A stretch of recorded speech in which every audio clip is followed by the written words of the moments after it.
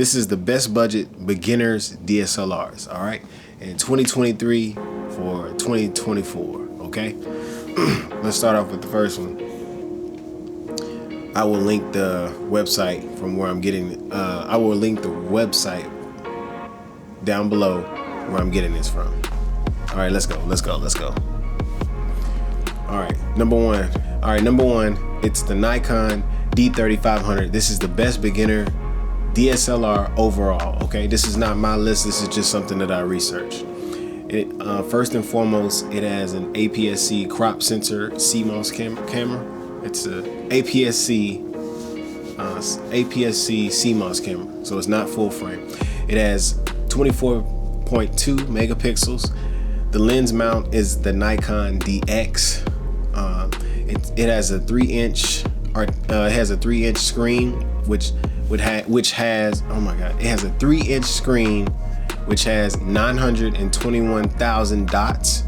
Its continuous speed shooting mode is 5 frames per second. The max video resolution is 1080p. All right, this camera, like I said before, is for beginners. It can shoot up to 1,550 shots on one battery or one single charge. Okay, with one single charge, this Nikon D3500, it keeps going and going on a single charge. So you got a lot of shots to take before the battery dies. So keep that in mind.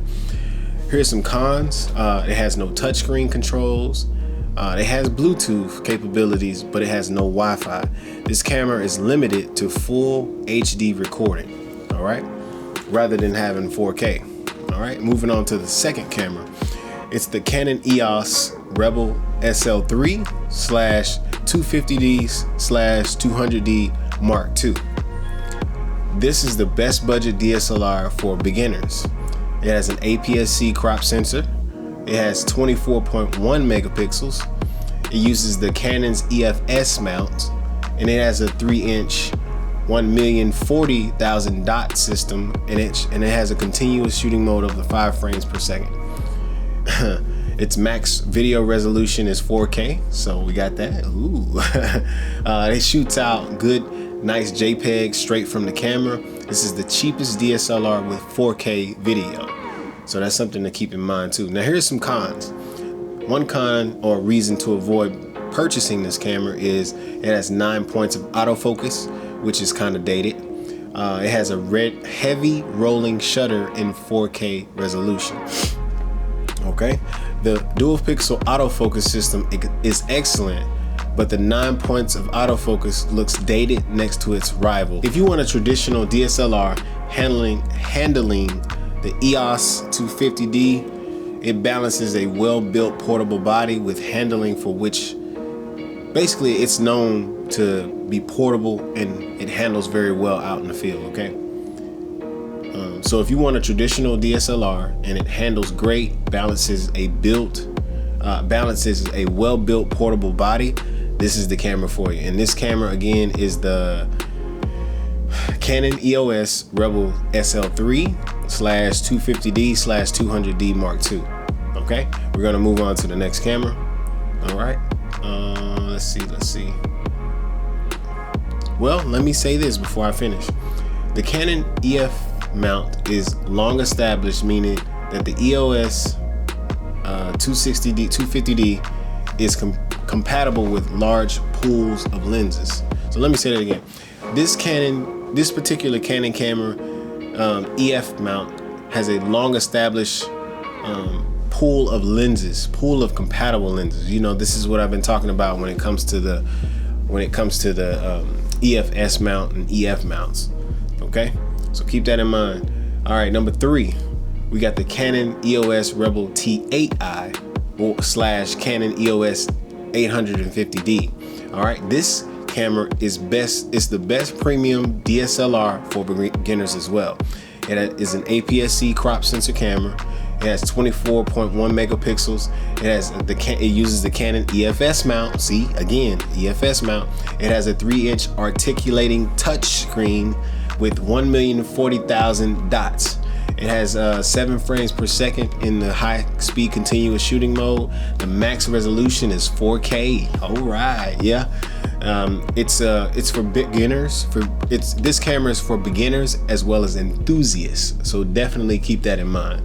The reasons to buy this particular camera: it has good high quality images, it's speedy, or it has speed to it, and it's reliable. It's reliable autofocus. So it has speedy, reliable autofocus. If you need good autofocus, the dual pixel autofocus is not rapid, reliable, and works very well for both photography and videography. So if you need good autofocus, the dual pixel autofocus is not rapid, reliable, and works very well for both photography and video. If you have any of the Canon EFS lenses, so here we go, EF lenses. If you have any of the Canon's EF lenses, it only makes sense to invest into this camera. So yeah, take advantage of that. And those lenses are also starting to become more affordable for us poor people out here that ain't really got that type of money, unless you just big baller like that, unless you just got money, you know what I'm saying? But even if you do have money, it's still great to invest in something that is more affordable, so to speak. I mean, even though you don't really need it like that, you know what I'm saying?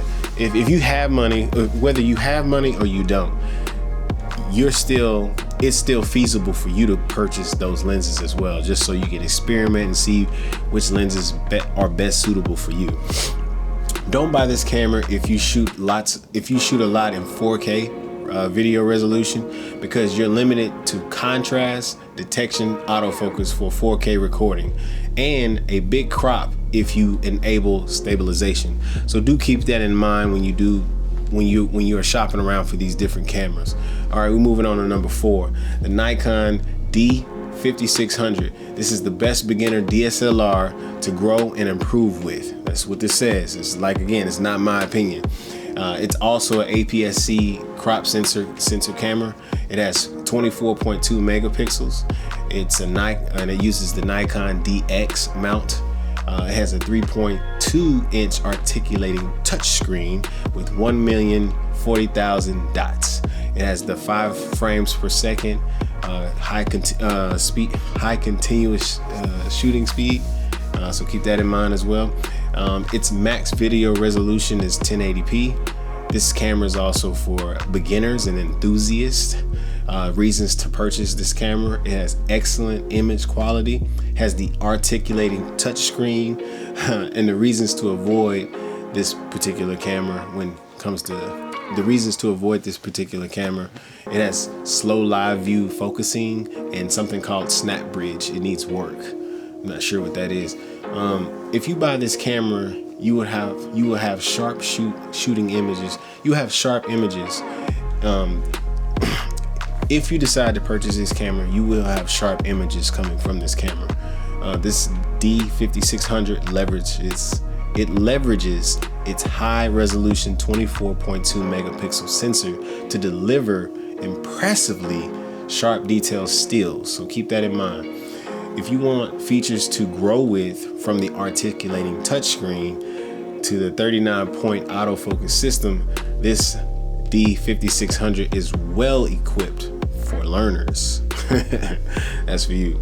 Look, don't buy this camera if you need 4K video. Despite its generous feature set, the Nikon D5600 is capped at 1080p video recording. So do remember that. Please remember that. Moving on to number 5. All right, we're talking about the Canon EOS Rebel T7. All right, this is the best no frills entry level DSLR. It also uses the APS-C sensor, APS-C crop sensor. It has 24.1 megapixels. It uses the EFS mount, and it has the 3-inch 920,000 dot. It has a 3-inch screen by 920,000 dots. Okay, it uses its continuous shooting mode is 3 frames per second. Let's see what else we got here. Shooting speed, yeah. The max video resolution is 1080p. So it's not that great as well. I noticed with different cameras have 4K versus 1080, but remember, don't sleep on 1080 because it's still a standard, okay? The reasons to buy, it's easy to use and it's logically laid out. All of the controls are laid out logically, so you'll be able to learn, okay? The reasons to avoid this particular camera is because it has a dated autofocus system. It has no touchscreen, right? And let's go to reasons why we should purchase this camera or why you should consider it. Purchasing this camera is one of the cheapest, and if you purchase this camera, it's cheaper than a lot of the high-end compacts. If you purchase this camera, it's cheaper than a lot of its competitors, and the T7 is a great place to start on a lower budget, okay? So do keep that in mind. Remember, the first camera I started out with was the Canon EOS, Canon Rebel T6i. So this is the T7. This camera also has its logical controls with decent battery life, and it has an easy interface. This camera nails the basics.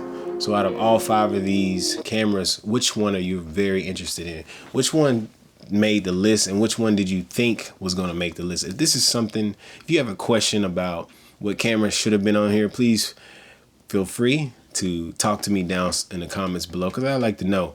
This list was not mine. I just happened to search it and I like what I saw, so I figured I would just ramble through this and see what you guys think, because we're moving on to 2024. Thank God for another year, right? Yeah.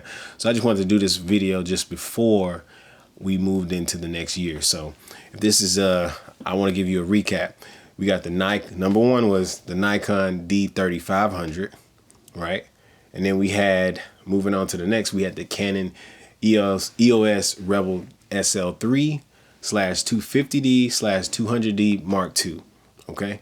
Then we moved along with the next camera, which is the Canon EOS Rebel T8i /Canon EOS 850D. All right. And then we moved on to the next camera, which is the Nikon D5600. And then last but not least, we moved on to the camera and we spoke about the Canon EOS Rebel T7. So if one of these cameras interests you, please let me know what you think please let me know what you think about any one of these cameras. And if no camera that you thought of for beginners made the list, please feel free to type it down in the comments below. I will see you in the next one. Peace.